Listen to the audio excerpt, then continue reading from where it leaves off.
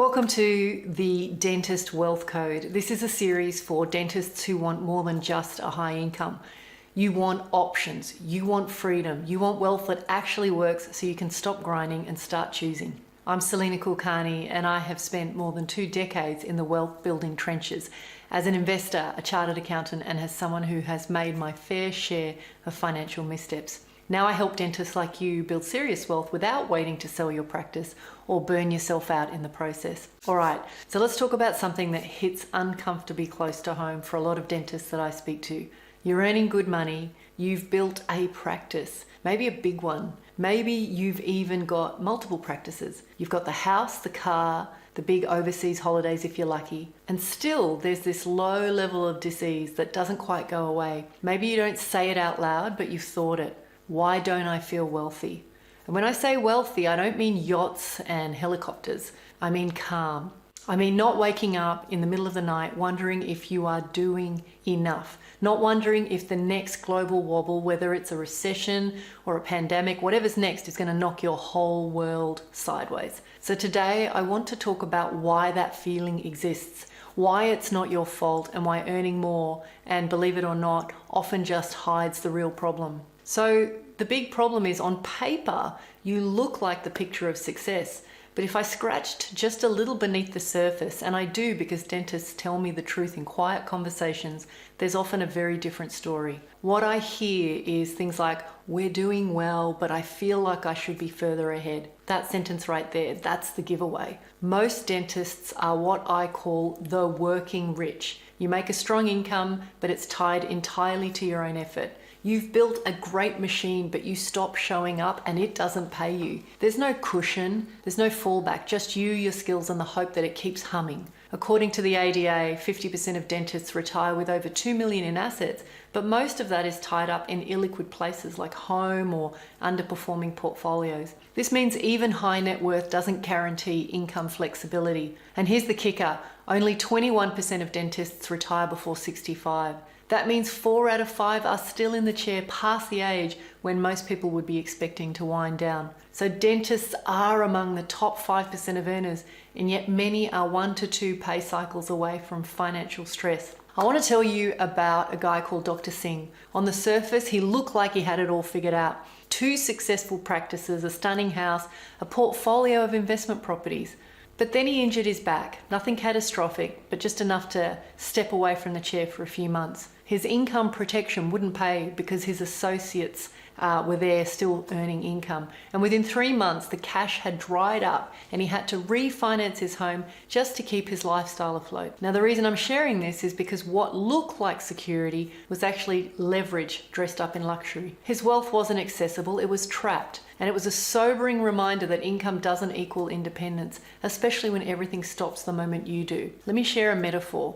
Here's the simplest way I can say it. If you earned $100,000 and you're broke in 2 months if something goes wrong, or you earn $1 million and you're also broke in 2 months, are you any better off? The number's different, but the fragility is the same. Wealth isn't about what you earn, it's about how long it would last if it all stopped tomorrow. And here's the kicker, this is not a knowledge issue. Dentists are some of the most intelligent, diligent professionals I know. They've built careers through discipline, through long hours, and through sheer grit. You're not lazy, you're not reckless, but here's what no one tells you.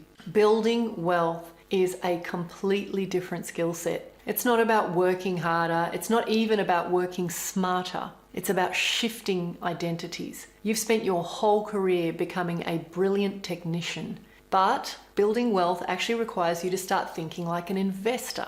And let me tell you, those are 2 completely different games. One is about precision, repetition, expertise, and the other is about leverage, risk, long-term thinking, and orchestration of your capital. Michael Jordan made over $90 million in NBA salary, and that alone should have set him up for life. But he knew income wasn't the end game, it was leverage. He became a billionaire not through basketball, but through owning equity in brands. He turned his income into ownership, and that is the investor mindset. And the reason I'm sharing this is because too many dentists stop at income. But the real shift happens when you start asking, what am I building beyond that? So let's talk about the real reason you're stuck. Let's be brutally honest. The biggest reason most dentists stay stuck isn't a lack of money, it's identity. You've been trained, conditioned, and celebrated as a technician. Society sees you that way. Your patients see you that way. The entire professional system reinforces it. But when it comes to building wealth, that identity becomes a constraint.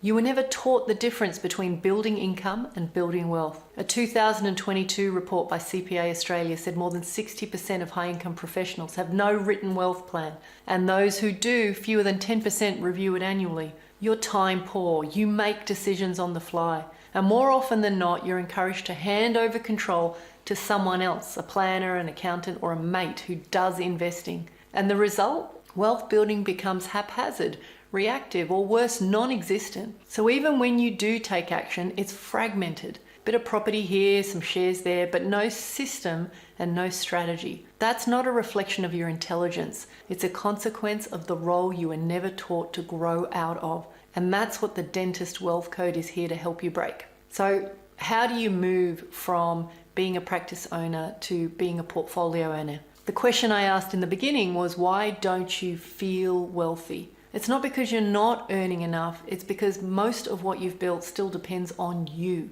So your practice, your energy, and your time. So until you build a portfolio of assets that can support your lifestyle without you, not just when you sell, but now, wealth will always feel out of reach.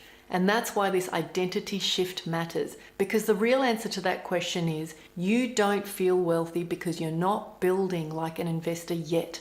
That's why I now frame what I teach as the practice to portfolio philosophy, a way of seeing the world differently.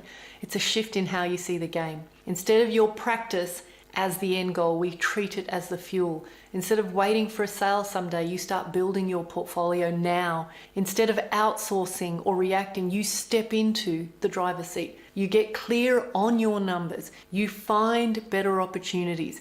You build confidence in how you move. And you start to feel the thing you've been chasing all along: calm, clarity, and control. Jeff Bezos knew Amazon would make him rich, but even as that machine grew, he didn't just sit back and count on it. He started building around it. Private equity, real estate, media companies, space tech. And why?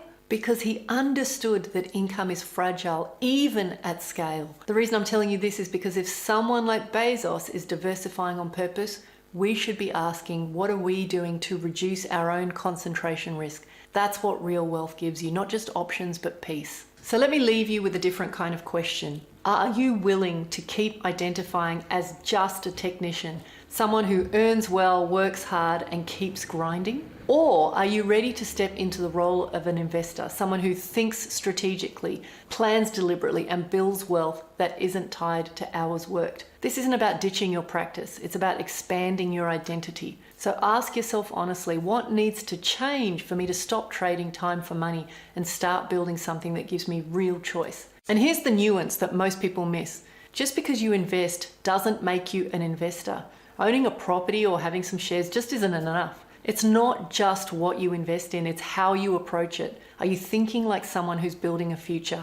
Or are you reacting like someone who's hoping it'll all just work out? If this hits home, I've put together another short video where I walk you through the practice to portfolio thesis in more detail. Check out the link in the show notes. And if you're enjoying this content, follow the show. We're just getting started. Next time I'll be unpacking one of the most dangerous myths in dentistry: why practice success doesn't equal financial freedom. See you then.